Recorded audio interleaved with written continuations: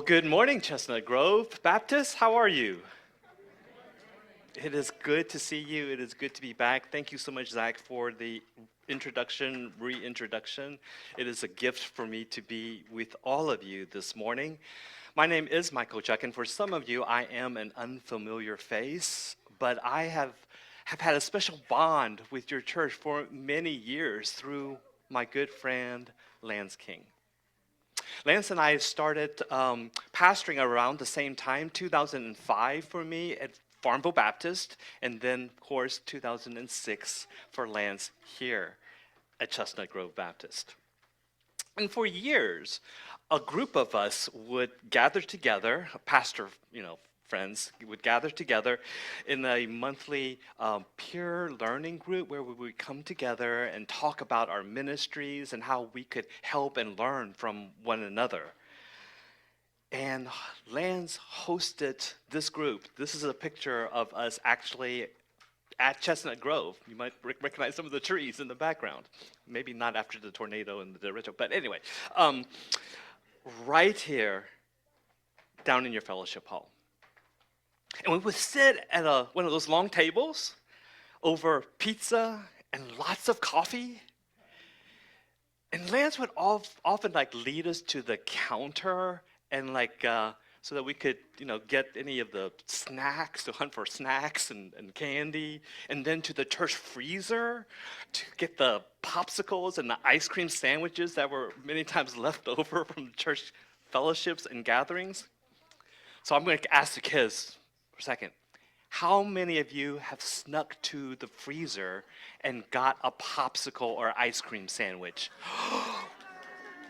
Never. Oh my goodness. Well, I just wanted to let you know, Pastor Lance did that too, and so did I. And so I just want to say a very belated thank you to you all for feeding me so well for so many years. When I was asked to preach today, I learned that your worship theme all summer has been the summer of the open table. And what's a beautiful thing to do, right? The whole summer pulling up extra chairs and sharing over food and fellowship and conversation and saying out loud what the gospel has been saying all along. That at Jesus' table, there's always room for one more. So this morning, let's talk about tables. Let's start with the table where Jesus gives his followers a brand new name.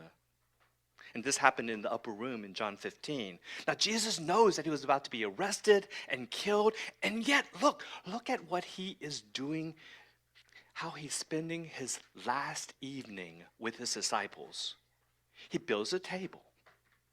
He gathers fishermen, tax collector, and even a rebel, which on paper, they should not be in the same room together, and yet he invites them to his table. Now, for 3 years, Jesus' disciples and followers have called him teacher. But tonight, Jesus says something that will probably stop them in mid-bite. I no longer call you servants. I have called you friends. For you did not choose me, but I chose you. Do you hear the grace in that? Their seat at the table was not something that they earned. It was a gift. Friendship with Jesus is never something that we just kind of pull off on our own. It is a gift that Jesus hands us. So, boys and girls, I know that Mrs. Britt asked you, how many of you have a friend? Do you have a friend? Yeah. Now, how does that make you feel to have a friend? Happy, yes. Happy. And the good news is this: Jesus calls you his friends. And for 19 years, Jesus called you his friends and built an open table right here. Well, maybe not exactly here even. Worship out in the field, right? Picnics, dinner nights, bonfires, strangers becoming friends. And Lance made friends everywhere. When my son Wesley played soccer at Albemarle High, Lance would often show up at the games even though his kids were not playing. So picture me sitting on the bench or the bleacher by my lonely, introverted self, watching the game, minding my business. And here comes Lance, his smile on his face, his back to the game. As he climbed up the bleachers, he would notice different people. He would nod and wave and smile, and I would see all these people's faces light up as he acknowledged them. Lance had a knack of creating community. People gathered in warmth, celebrating what they share, and community is a gift from God. It's a place to belong, to laugh, to grow.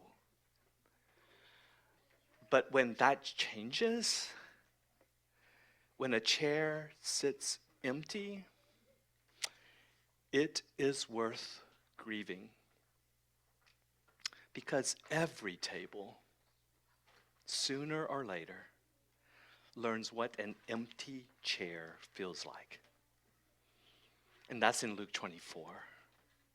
Two of Jesus' friends are walking to a village called Emmaus. It's actually Easter Sunday, but they don't know it. All they know is that their world has fallen apart. Their teacher is dead. So they walk away from Jerusalem, and one of them says one of the saddest verses in the Bible. We had hoped. We had hoped he was the one. Have you ever walked a road like that? Have you ever felt that ache? We had hoped.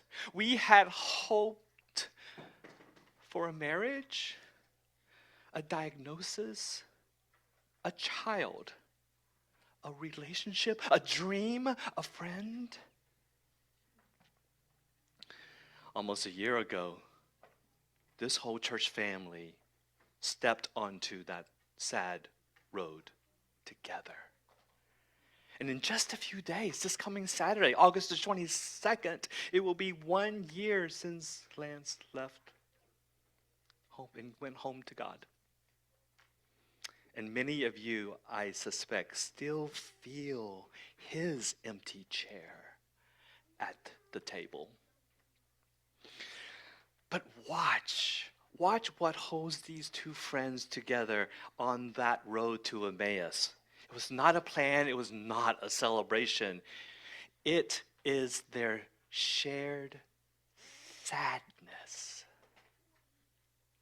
And that is exactly where the risen Jesus shows up. He does not rush them, he walks alongside them at their pace. He listens to their broken hearts. And before long, he sits down at their table. And as we picture people gathered around the table, it helps to notice two different kinds of gatherings. Some people call one community, and another a communion. A community is like a big tailgate or a World Cup watch party, if you had one of those. You come together because what? You cheer the same team, you wear the same colors, you share the same things and love the same things. It's a wonderful time. It's pure joy of what we share. Yep. But a communion is something different. A communion is like a family gathered around the kitchen table, silent, when you've just received really hard news. And nobody's there because of a shared hobby. They are there because they have been through something real together. And around that table, nobody has to pretend. You can sit down tired or sad or grieved or just feeling alone. But deep down, you know you still belong. A community gathers us to celebrate when life is good. And a communion holds us so we belong when life falls apart. One is not better than the other. We need both. And here is the tender truth. The loss that you carry lands, yes, and also the quiet grief that each of you hold deep in your hearts. That loss is not a wall keeping you from the table. Loss is the very ground where communion grows. And that's why from the very beginning, the church has called the Lord's Supper, what? Communion. We don't come to the table pretending that everything is perfect. We come with broken bread and poured out cup. Because we're not bound together by having all of life figured out. What binds us is that we all carry wounds. We all lose people and things that we love. We all need grace. And Christ meets us right there.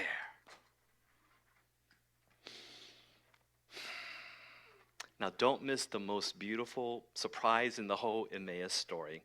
The two friends reach the village, evening is coming, and they say to the stranger, stay with us.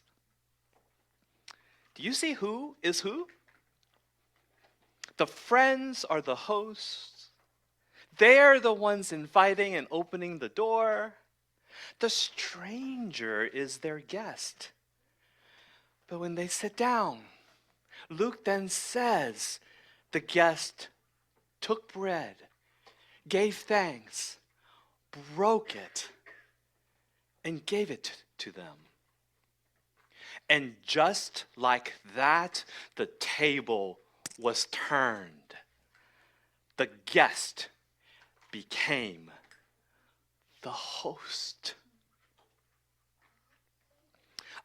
I know that turn firsthand.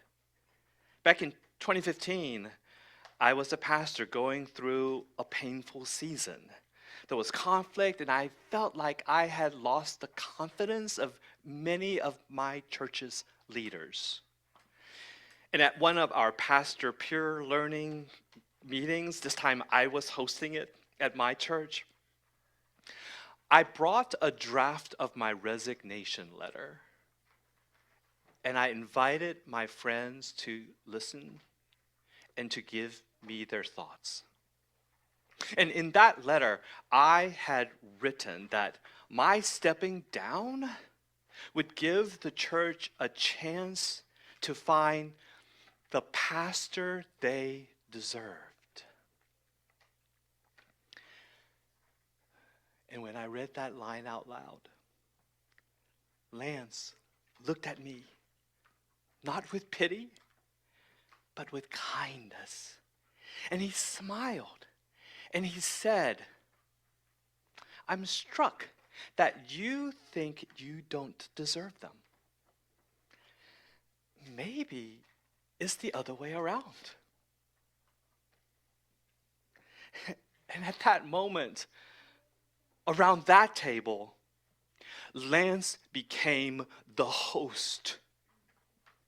His eyes saw something through my sadness and my shame. His eyes saw something good in me that I had completely lost sight of in myself. And through his voice, I heard another voice, the one Lance was always pointing to, saying, "You are my child, whom I love. With you I am well pleased." And my eyes at that moment were opened. I saw myself more truly. I saw the one who welcomed me and loved me more truly, always present, the divine host at the table. And that's what comes to my mind when I read that passage about the friends in Luke chapter 24, verse 31. Their eyes were opened and they recognized Jesus. The one they thought they were welcoming had been welcoming them all along. They were never the host at the table. The host was the risen Christ. So friends, for 19 faithful years, you had a wonderful earthly host. But as much as Lance loved to host, he was always pointing past himself to Jesus, the true host. He knew better than most any of us who was really leading the way. Earthly shepherds carry their staff for a season, but sooner or later and eventually they hand it off. But the good shepherd always hosts the table. And in this year of grief and change, here's the good news. Jesus has been the host of Chestnut Grove Baptist all along. The bread you break isn't held by any one pastor's hand. It is broken and blessed by the risen Lord, who is still here, still giving thanks, still opening eyes. Which means grief and hope can sit at the same table. You are allowed to miss what was, to wrestle with what is, and still lean toward what will be. And when next Saturday marks a full year, it is right to feel the ache and the gratitude at the very same time. And at this open table, grief and gratitude are not fighting over the same chair. No, they are pulling their chairs so they could sit side by side. As I conclude this message, I want to invite you to come now to, there's an open table in the back. And to come there not as strangers, not as individuals, but as friends called by Jesus, both in community and in communion. So I invite, I think, the deacons, right, to kind of set that everything up. You find, at that table, you find what I call the bread of friendship and community and the cup of sadness and hope. So, just kind of invite you all to just stand. It's okay, you know, I got permission from Tom to do this. And just to head on over to the table there.